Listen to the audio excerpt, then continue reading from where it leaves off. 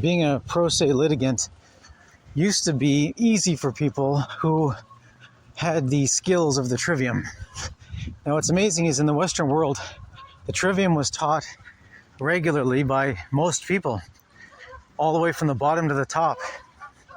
The Trivium was the way of learning how to learn.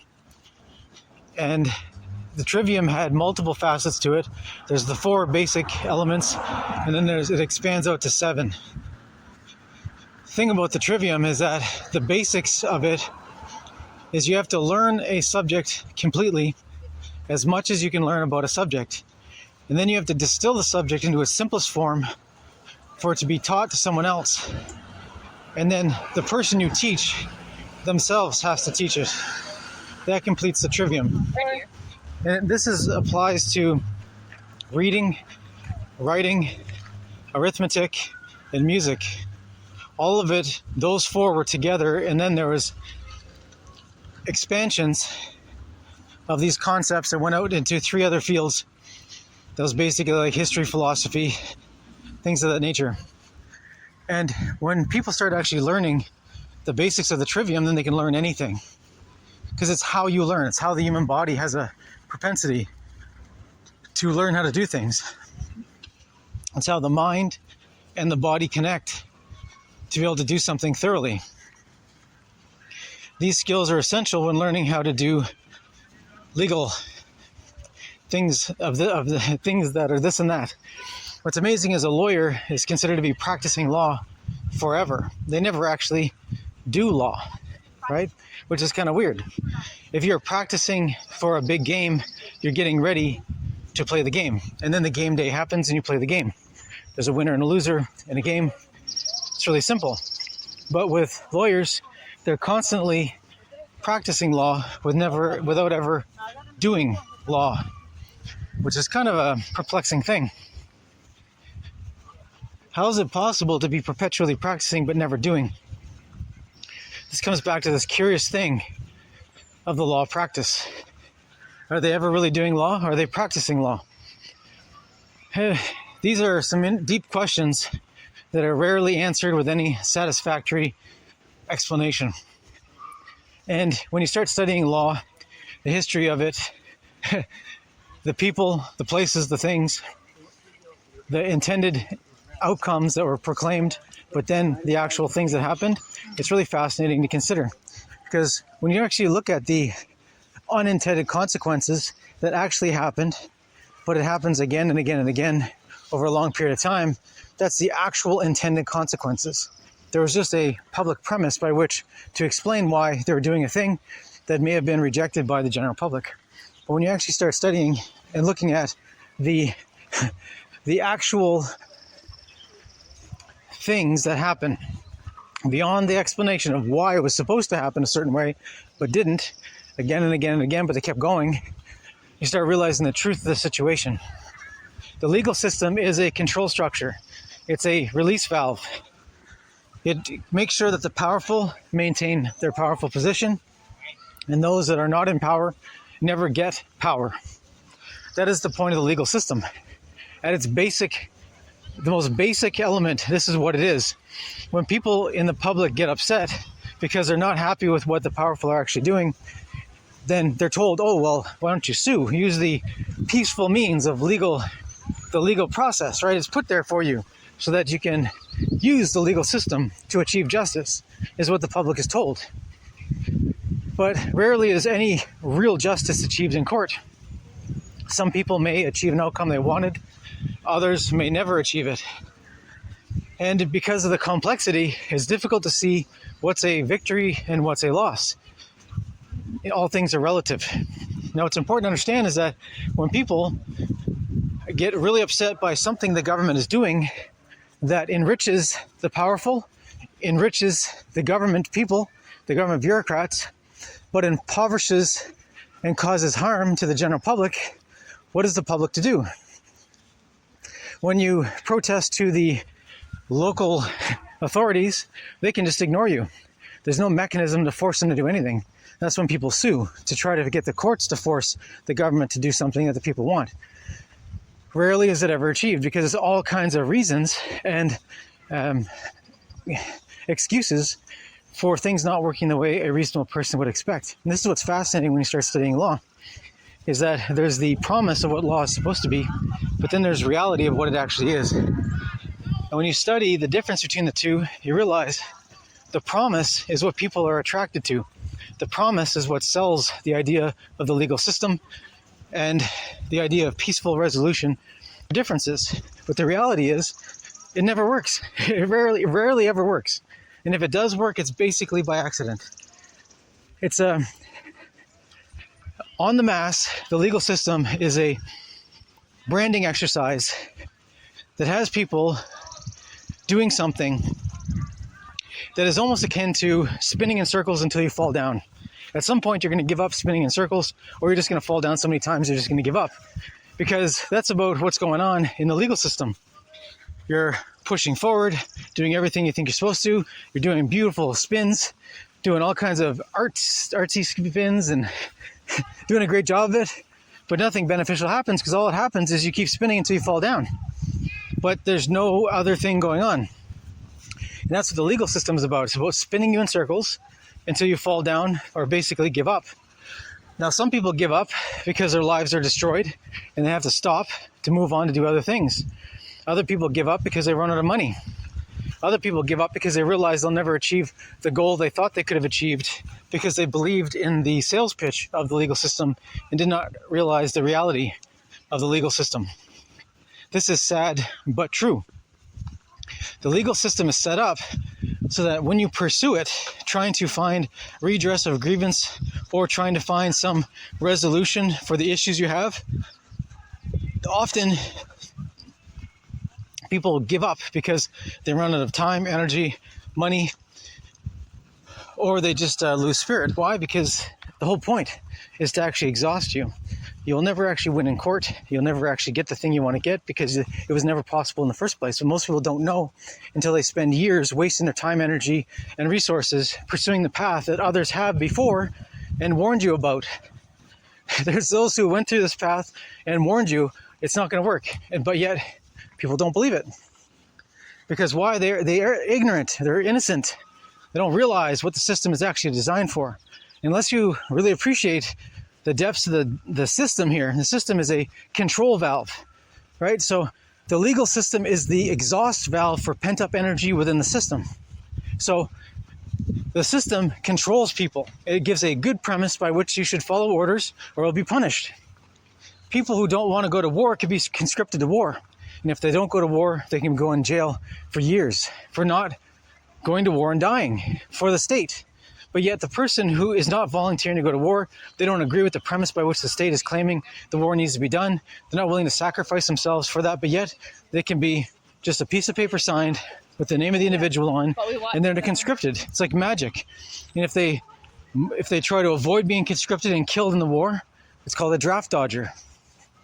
There's all kinds of negative innuendo about that. This is just one example. A draft dodger is someone who is not committed to dying for the nation. And why is it a problem? So why shouldn't a nation only have either mercenaries who are willing to take pay, to go die for something, or volunteer to go die for something? Why not have only those two qualifiers to be able to serve in an army for a particular nation? But no. They don't do that. They actually have this whole conscription service. Why? Because there's another element going on here. Wars are not just about pushing for power. They're about depopulation. You need to, when you have two populations, two nations who start getting a large crop of alpha males, those alpha males might start getting an idea in their head that they want to be free and no longer subjugated to the government or the power structure that appears to be running things above the government. Once you get to the point, that critical mass of alpha males who might actually decide to do something to change the situation, there's a war magically called. Why? Because when you call a war, you recruit all the alpha males from one country to fight the alpha males of the other country, and within a few years, both countries have divested themselves of the alpha males that could have freed the country from the parasite known as the powerful, who are actually controlling the government for that particular nation. This system plays out again and again and again. It's happening as we speak. all around the world. This system is a control structure. The legal system is an element of that control structure. When people start getting upset and they're told, well, you should peacefully protest and let the government know you're upset because otherwise they wouldn't know. I mean, they have no idea you're upset unless you peacefully protest.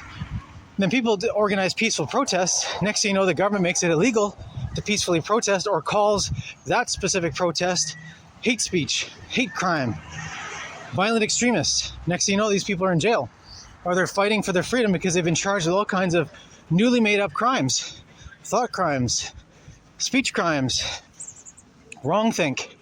And it's expanding as the government becomes more tyrannical and the powerful demand more and more of the premise of the government loses credibility in the eyes of the people. They lose the premise of the bona government system. And what ends up happening is the elections become more and more fraudulent. The system becomes more overtly tyrannical. The laws become more draconian.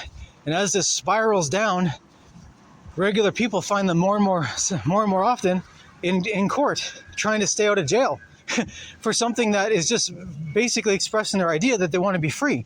But yet the expressing the thought, I want to be free, becomes a hate speech crime against the government. Why? Because if you say you want to be free, the implication is that you're not.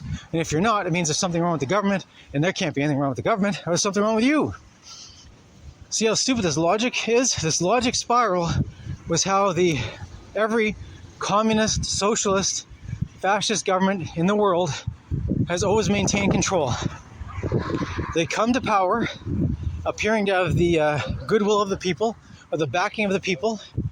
They get to a point where they no longer have that, and they need to become more and more severe, more and more threatening to maintain the position of power. They have to threaten compliance or punishment. And the threats become more and more and more, until eventually just living in those countries is just sheer terror. Everyone becomes a snitch on someone else, trying to gain favor so that they don't actually get picked up by the government.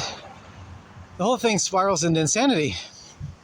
And the one thing that keeps the premise going is a court system, because people who might have the idea that a total revolution is necessary to get free of the tyranny of government are told, no, just try peaceful protesting for years. And if that doesn't work, then try suing for years and see where you're at. And then people just follow the same routine. They just keep doing, rinse and repeat, and surprised that nothing actually moves forward and nothing actually beneficial comes of it. What's important to say here is that the system is designed to exhaust us so that we basically spin in circles and never get anything done.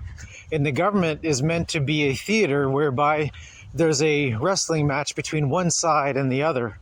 Both are arguing back and forth and complaining and then debating and talking about how they're going to do this and that and the other thing. But yet, what happens all the time is the globalist plans march forward no matter who's in power, no matter what party appears to be running things. And in Canada, it's even more confounding because the government of Canada is purposely vague. You cannot say any one person runs Canada because there's not. Most people believe the Prime Minister runs Canada, and he does not. The Prime Minister is just the head member of Parliament from his party that claims to be the spokesperson for Canada. But he's not actually in power. The power rests in the Governor General. The most powerful individual in all of Canada federally is the Governor General. And then each province has a Lieutenant Governor that runs things for the entity known as the Crown. And the Crown is an entity that's undefined anywhere. You cannot actually prove what the Crown is or what it is not. So there's this wrestling match going on between the Governor General, who's running things for the Crown. People assume it's the King of England, but it's not. It's something else. And then, so you have the King of England, who's the King of Canada, who exerts influence because whatever the King wants, the Governor General does. But the Governor General also works for the Crown, which whatever that is. So you have this wrestling match between who's really calling the shots. And it turns out it's institutions that wrestle for power. You've got the members of parliament who argue about stuff and vote on things, and all of it doesn't matter because the Governor General can ignore that and not provide what's called royal assent. And no matter what legislation was actually passed by the members of parliament, it just evaporates after 2 years if the legislation is not given royal assent by the Governor General federally. Then provincially, it's the lieutenant governors of each province who has to give royal assent for any legislation to become law. Otherwise, it does nothing. It's nothing. It just evaporates. It's amazing. Then you have this thing called the Senate. And the Senate is basically all these people who are ill-defined. Some of them are put into place by the Prime Minister, and some are put in by the Governor General, and some are put in by who knows who. They're just this group of people with no set number. Sometimes it's 80, sometimes 150. It all depends. And the Senate can do things to supposedly hold the Prime Minister accountable, to hold, individuals accountable in the government. All kinds of vague concepts that never actually bear fruit in any tangible way. It's all smoke and mirrors. As an example, when the trucker convoy happened and the declaration of emergency was actually called by Prime Minister Trudeau, the first time in Canadian history this actual legislation was enacted for allegedly a threat to the government, and it was widely considered to be inappropriate use of force, but yet the Prime Minister at the time did it. He brought in the police, cleared the place out, arrested a bunch of people, seized property, seized bank accounts, did all kinds of extrajudicial things, and there was never any accountability for it. And then when there was supposed to be accountability by the Senate, supposedly reviewing the decision to enact the emergency powers, the Prime Minister withdrew the emergency powers the day before they were supposed to vote. The Senate was supposed to vote on whether it was legal to actually enact the emergency powers. And then for the next years after that, there was debates going back and forth with judicial reviews. They were vague and uncertain, and it was basically said that the powers were abused and should not have been used. But it was more important to keep the premise of a legitimate government who has this power to use in case of an actual emergency than it is to actually hold anyone accountable for abusing this specific privilege. So the thing is just going in circles and circles and circles. No accountability, no accountability, no accountability. It's more important for the government to have powers than it is for anyone to be held accountable for abusing powers. The whole thing is quite amazing. The point is that as an individual, you have the power to actually engage the court system on your own. If you're ever charged criminally, you can defend yourself. If you're ever sued personally, you can defend yourself. If you want to sue someone else to see what that's like, you can do so. You can actually achieve meaningful results by actually utilizing the court that's there as it stands. It's important to understand the bearings of what's actually going on. You have to appreciate what is actually happening. What can you actually do in court? As long as you stay within these boundaries, you can actually achieve a lot of things. You can actually do quite a bit. The question is are you setting your goals realistically, and do you have the discipline, the resources, the grit to see it through to the end? And if you do so, if you have that grit, you have that ability to actually follow it through, then you're going to learn something. Whatever you learn is not known yet until you learn it. It might be a hard lesson, it might be a good lesson, it might resolve something, you might negotiate your way into a position that's a better position than it was before you started. Or you might end up in jail. Who knows? But the thing is that you can either pay a lawyer to end up in a terrible situation, or you can do it yourself, not pay a lawyer to end up in a terrible situation, and maybe know that there was, know for certain, because you're actually in the middle of it, that there's no way out of this thing. Injustice occurred, you're a sacrificial lamb, the system charges on, no accountability. Every once in a while a sacrifice might be made, and you might be that sacrifice. But the thing is that why empty your bank account, spend your life savings to find something out that you can find out by just spending the time and energy doing it yourself? So the point is that it's not a lost cause. But one has to temper their expectations. One has to be realistic about what can be achieved in court. And then if one is taking that position, this can be a very great learning experience. One can develop themselves personally, develop their mind, develop their body, develop their vocabulary, develop their critical thinking skills, their logic skills, their presentation skills. You can actually become very good at communicating, because you need to be good at communicating when you're dealing with legal matters. It can actually be beneficial for people to transition from being just someone who says whatever into someone who actually speaks with precision, that is measured, that listens more than they speak. And when they speak, they have something important to say, and they say it clearly to anyone who's within earshot to hear them. There's a lot of benefit to learning the ways of court. The question is, the benefit is kind of subjective, and it's kind of objective, and it's all about what you want to get out of it, right? This is where it's important to understand, is that there's no clear path in court. There's rules and procedures, rules of court that you must abide by, or you will fail. If you adhere to the rules of court, you may succeed at your objectives, or maybe not. And this is what's so fascinating about it, is that if you're going forward with a healthy interest in learning how to be a better version of you, how to learn what's actually going on in the world, if you want to be a person who knows things intellectually, historically, and objectively, then it's a great path to go down. The question is, do you choose to do so? Will you commit to doing it? There's no half measures in court. If you start a process, you must finish it, or the consequences can be grave against you. If you're going to start something, you must complete it to the end. You must follow it through, be committed to completing it. And if you have the discipline to do that, then you can actually see things through and actually go down this journey. A journey of discovery, journey of learning, journey of personal development. It's a really fascinating thing to evolve to, this personal development. You never know where you're going to be until you do it, and then see where you go, and then appreciate the journey, because the journey is where you're living. You're living in the journey, not the destination. You start at one point, you're trying to get to another point, and life is lived in between, on the journey, every day, dealing with the stress and the study and the pressure. These are all things that need to be developed to be able to get better at it. Once you actually file your first motion, then filing the second one is much easier. The third one's even easier again. Everyone after that is easier still.